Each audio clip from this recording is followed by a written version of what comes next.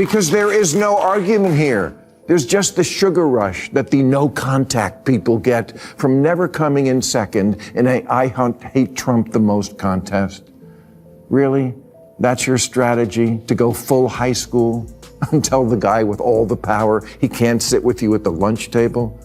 To borrow a phrase familiar to HBO viewers, you are not serious people.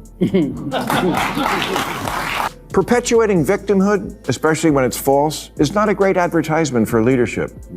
Kamala Harris's new memoir of the 24 election is called 107 Days, but it should have been called Everyone Sucks But Me.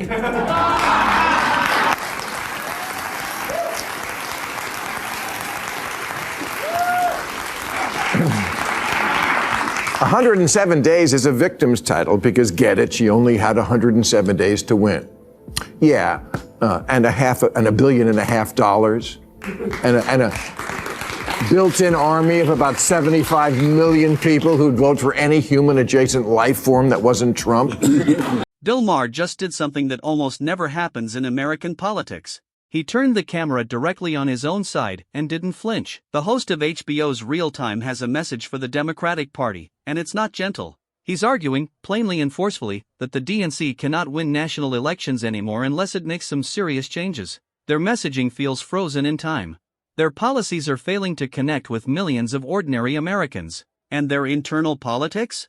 Increasingly divisive. Maher's critique wasn't just sharp, it was a full-on reckoning. So hit the like button, because we're getting into all of it right now. But as it is so late in the game, let's just go right to the granddaddy of bargains now.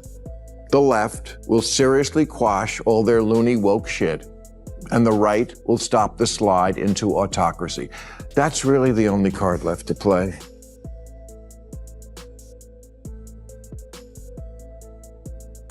Because the basic problem we have in America is conservatives think the liberals are insane, and they're not completely wrong. Now, I don't think most liberals are insane, but neither do they make it clear they disapprove of the ones who are, and their cowardice in not marginalizing their own crazies has been their downfall. Maher opened by identifying what he sees as a fundamental crack in the foundation of the modern left. The problem isn't that every Democrat is fully woke. Most aren't. The real problem is that almost none of them are willing to say so out loud. And that's silence? According to Maher, that silence has become its own political liability. When you watch leaders like Kamala Harris, Chuck Schumer, and Nancy Pelosi consistently fail to push back against the more extreme voices in their party, what message does that send? Maher's answer is blunt: it sends the message of agreement. Whether they mean to or not, their silence creates a perception. And in politics, perception is often more powerful than reality.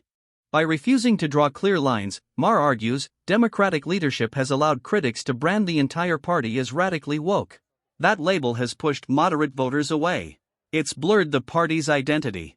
And more than any single policy failure, that confusion is what Maher believes has driven the party's repeated struggles at the national level. Couldn't get Neil deGrasse Tyson, a genius scientist and preeminent scientific voice in the media, to agree that it was ridiculous for Scientific American and The Atlantic to be claiming that separating sports by sex doesn't make sense.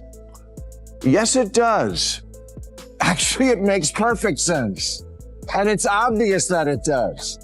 But here's where it gets even more troubling. It's not just politicians staying quiet. Maher points out that prominent scientists and public intellectuals on the left are doing the same thing, quietly nodding along to claims that don't always hold up under scientific scrutiny, rather than pushing back with facts and evidence. Why?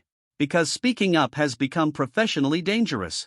The risk of online backlash, lost platforms, cancelled opportunities, it's real, and people feel it. So instead of open debate correcting bad ideas, those ideas get reinforced. They gain traction, not because they're accurate, but because the people best positioned to challenge them have decided the cost is too high. Maher sees this as a quiet crisis playing out in real time, and the consequences are anything but quiet. A lot of stuff like that on the left, and when conservatives see it, they say, I'm sorry, we're just not going to go along with reinventing society, often pointlessly, even if we have to cancel democracy to do it. That's what they're saying. They see gender as only a construct and sex is assigned at birth, and they say, we're not doing that. Transing kids by self-diagnosis with no age limit, no parental notification, and no acknowledgement of social contagion? Not doing it. Asylum now covers any reason for anyone to come to America? Not doing it. Homelessness is a lifestyle.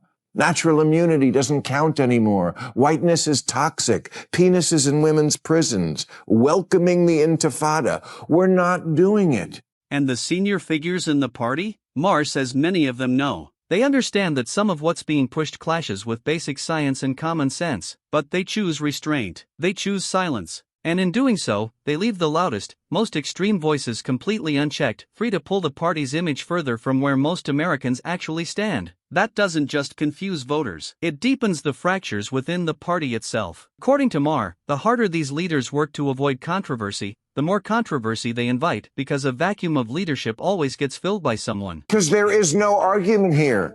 There's just the sugar rush that the no contact people get from never coming in second in a I hate Trump the most contest. Really? That's your strategy, to go full high school and tell the guy with all the power he can't sit with you at the lunch table? To borrow a phrase familiar to HBO viewers, you are not serious people. Then there's the Trump strategy. Or rather, the anti-Trump strategy. Maher is direct. Banking on relentless attacks against Donald Trump will not win Democrats the 2028 election. It didn't work before, and doubling down won't change the outcome. Think about what happened heading into 2024. Critics deployed the most extreme possible language to describe Trump, and instead of shrinking his support, it made voters skeptical of the messaging itself. People started tuning it out. Worse, it gave Trump's base even more motivation to show up. Meanwhile, Democrats were so locked into attacking one man that they forgot to give voters something to actually vote for. No compelling vision, no fresh ideas that broke through, just opposition. Maher's point is simple: you can't win elections on what you're against. You have to give people something to believe in. So what exactly is the argument? That by talking to Trump, I'll elevate him? Oh my God, don't tell me he could become president. Well, I guess Ma'am Donnie is going to elevate Trump because he went to the White House today, and look who's getting along now.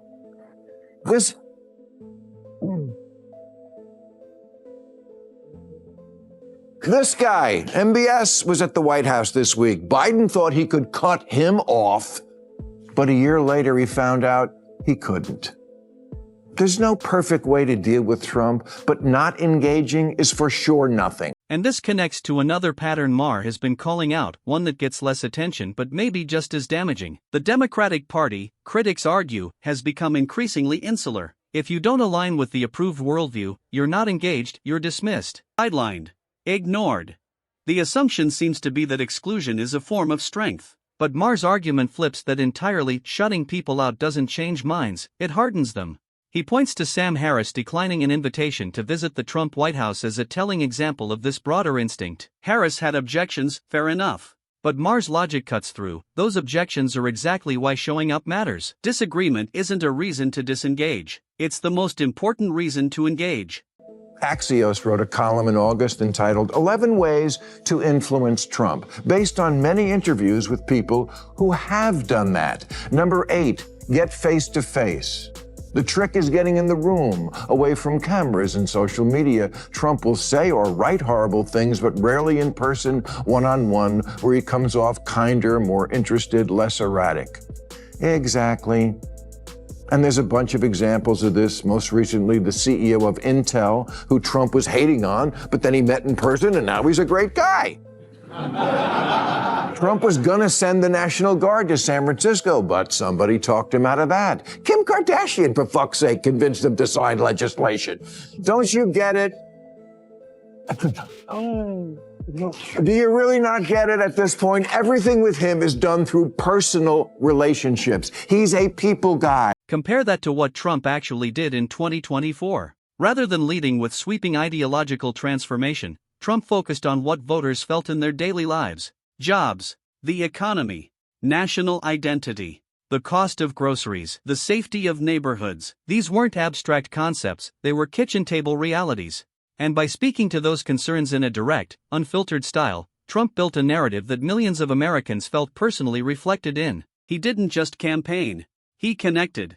He tapped into frustration, pride, and a genuine hunger for change. Whether you agree with his politics or not, that's a masterclass in political communication that's very hard to argue with. Anything, we need more people like me having dinner with him. You complain he's surrounded by ass-kissers, but your strategy is to make sure no one but ass-kissers are around him? You are not serious people. So what's the path forward? Maher's answer starts with one word: dialogue. Open the door. Engage with people who disagree. Not because you're surrendering your values, but because real conversation is how you strengthen them. Echo chambers don't build majorities, they shrink them. When leaders engage with critics and skeptics directly, they get the chance to challenge misconceptions, sharpen their own arguments, and find unexpected common ground. Shutting opposing voices out might feel decisive in the moment. But over time, it only deepens tension, fuels resentment, and makes the divide wider. Listening and responding thoughtfully will always outperform a strategy built on exclusion. Perpetuating victimhood, especially when it's false, is not a great advertisement for leadership. Kamala Harris's new memoir of the 24 election is called 107 Days, but it should have been called Everyone Sucks But Me.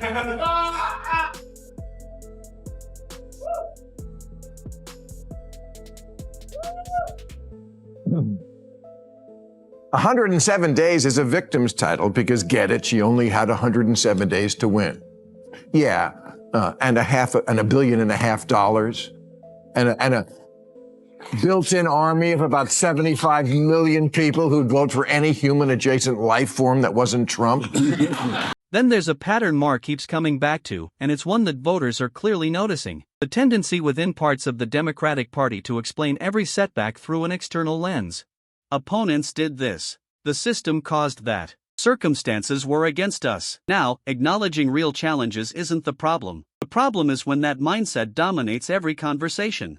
When responsibility is consistently shifted elsewhere, it starts to feel evasive, and voters pick up on that faster than most politicians realize. People respond to accountability. They respond to solutions and forward momentum. But endless explanations of who's to blame, that message wears thin. Critics argue that a sharper focus on ownership, practical answers, and results-driven leadership would do far more to rebuild voter trust than any amount of finger-pointing ever could. 107 days, nothing is ever Kamala's fault. Biden lets her down by not stepping down sooner. Pouty face emoji.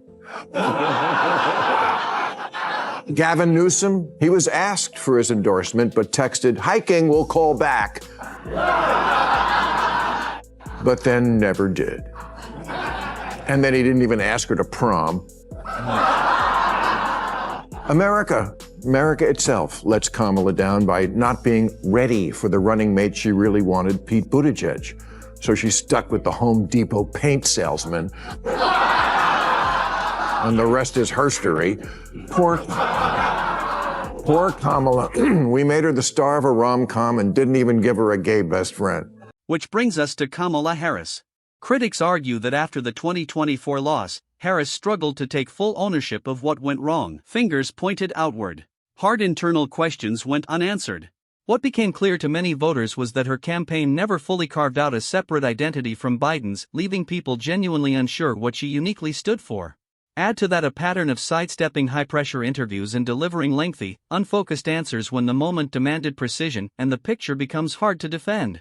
In a political climate that rewards clarity and conviction above almost everything else, her campaign leaned too heavily on goodwill and broad messaging. And when the votes were counted, it wasn't enough. Kamala writes that on election night, when it was clear she lost, an aide peeled the words "Madam President" off the cupcakes before handing them out. Oh, geez, that's like a scene from Bridget Jones Runs for President, for God's sake.